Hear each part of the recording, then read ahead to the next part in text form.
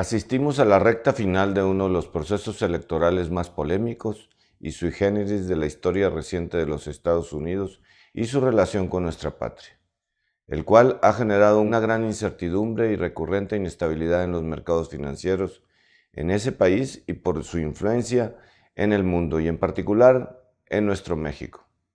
Este miércoles 19 es el tercer y último debate entre los candidatos a la presidencia Hillary Clinton y Donald Trump. Aunque ya hay más claridad en las tendencias, presumiblemente más favorables a los intereses de México, nada puede darse por hecho hasta los comicios del próximo 8 de noviembre. Y casos como el de Brexit o el referéndum por la paz en Colombia deben prevenirnos en ese sentido. Por lo pronto, previo al debate, modelos respetados de proyección que se soportan en las principales encuestas, como los de Nate Silver y New York Times, dan a la candidata demócrata una posibilidad de ganar entre el 86 y 89%. Es probable que la gran volatilidad que hemos observado se dé un poco cuando se define la elección, y más aún si se cumple esa predicción dominante, pero lo que sí es seguro es que de ninguna forma desaparecerá, pues existen muchos frentes abiertos aún que generan interrogantes y nerviosismo, gane quien gane la elección de los Estados Unidos. Las elecciones, por la forma en que se dieron, los temas debatidos, las promesas y demandas que proliferaron en las agendas y la retórica, y en particular lo relativo a la relación con México, perfilan grandes retos que debemos encarar en lo sucesivo como prioridad estratégica de nuestro país. Una vez que se disipe la turbulencia que provocaron las campañas, tras tanta desinformación, errores de juicio, percepciones muy difundidas en la población estadounidense que estaban latentes y han emergido, habrá que replantear y recomponer en gran medida la relación con Estados Unidos, sin importar quién gane. Hay riesgos reales que no podemos menospreciar, ante los cuales debemos tomar previsiones y precauciones. Estar preparados, aunque afortunadamente las tendencias no apuntan hacia los escenarios más adversos. Estamos hablando del riesgo de una relación estratégica, la más delicada y compleja que tiene México y en gran medida también la más delicada y compleja que tiene los Estados Unidos, donde podría pesar mucho más que como hasta ahora la desconfianza y la cerrazón, justo en el momento menos propicio para ello, por el grado que ha alcanzado la interdependencia bilateral que nos genera competitividad compartida. Por eso es necesario tener una planeación estratégica, con prioridades claras, desafíos a superar y acciones a realizar en cuanto a la relación con Estados Unidos, incluyendo un plan B para escenarios como el que generaría una mayor inclinación de parte de ellos hacia el proteccionismo y la implementación de medidas unilaterales. Hay que tomar en cuenta que también si resulta ganadora la fórmula demócrata, como parece cada vez más posible, hay incógnitas y retos muy importantes que debemos ponderar. Aún con el eventual triunfo de Hillary Clinton, no puede desdeñarse el peso de las millones de personas que apoyan a su adversario y a los cuales también deberá gobernar y tomar en cuenta, para ir subsanando la gran división que se aprecia en la sociedad estadounidense. Entre sus mismos partidarios existen visiones que no resultan siempre favorables a los intereses de México y a la relación bilateral que nos genere competitividad en ambos países. No olvidemos que ella y muchos demócratas, al igual que partidarios de Trump, han manifestado serios reparos a la ratificación del TPP y al Telecán.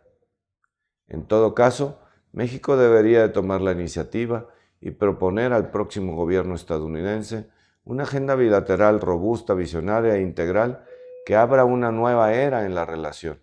La realidad obliga a ambos a situar a la contraparte y la interrelación en el estatus que le corresponde.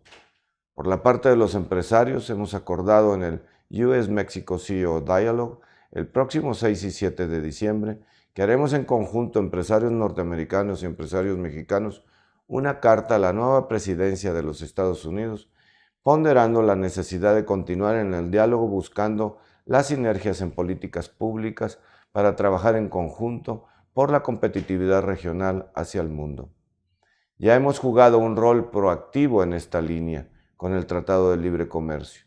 Los tiempos exigen que volvamos a asumirlo de cara a los problemas y oportunidades que afrontamos y sobre todo a los puntos de convergencia donde hay oportunidades en los intereses que representan Estados Unidos y México.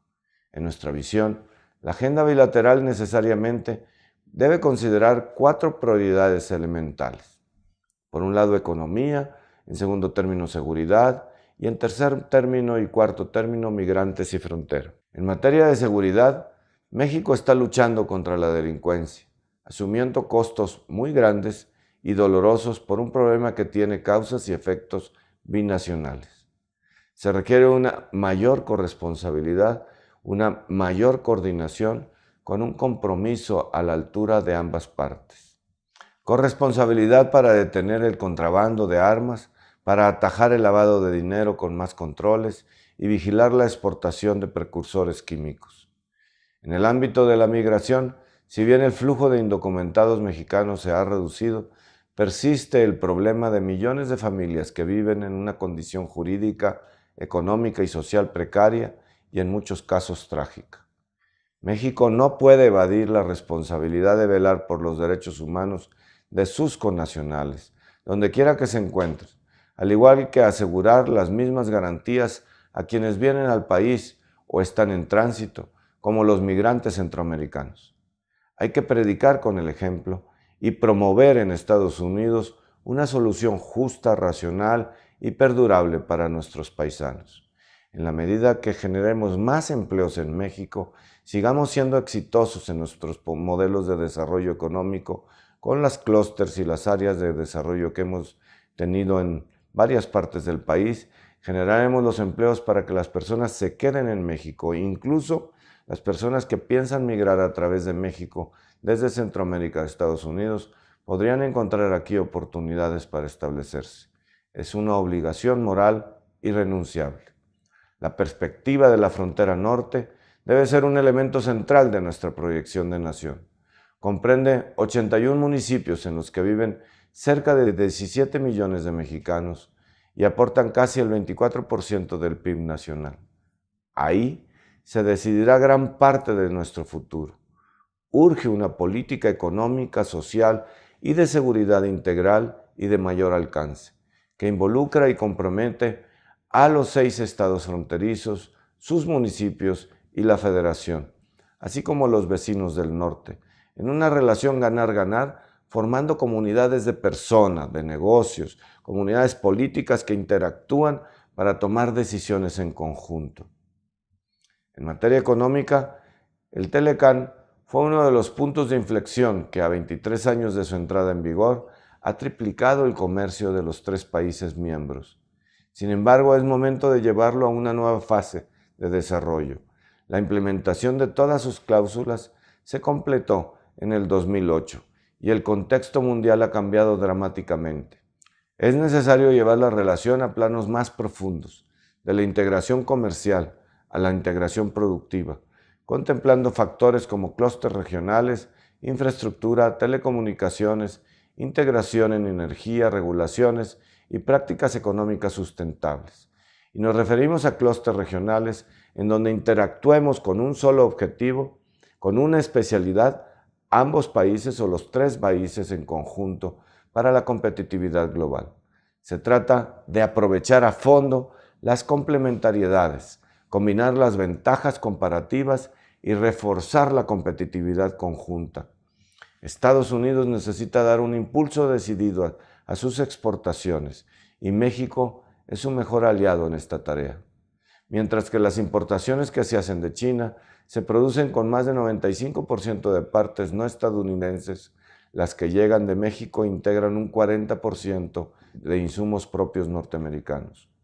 La producción compartida es un hecho que genera empleos en ambos lados de la frontera. Hay que demostrarlo a los millones de norteamericanos que tienen una concepción errada de estas realidades. Hay que convencer que también en lo económico, lo que se necesitan son puentes y no más barreras. Es necesario avanzar en la armonización de esquemas de certificación y regulación de bienes y servicios, y en un programa conjunto de infraestructura fronteriza para eliminar cuellos de botella y maximizar la seguridad. Hay que garantizar que la legislación de transporte no afecte la eficiencia en el tráfico comercial, facilitar los trámites aduanales y en general el cruce fronterizo terrestre por el que pasa el 80% del comercio bilateral, que por cierto supera los $1,000 millones diarios.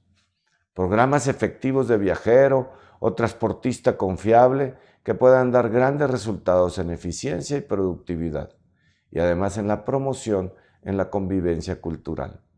Trabajamos juntos para que las pymes de ambos países se incorporen plenamente en el comercio binacional y a la integridad productiva con una visión de competitividad global. Este es el gran pendiente del Telecán.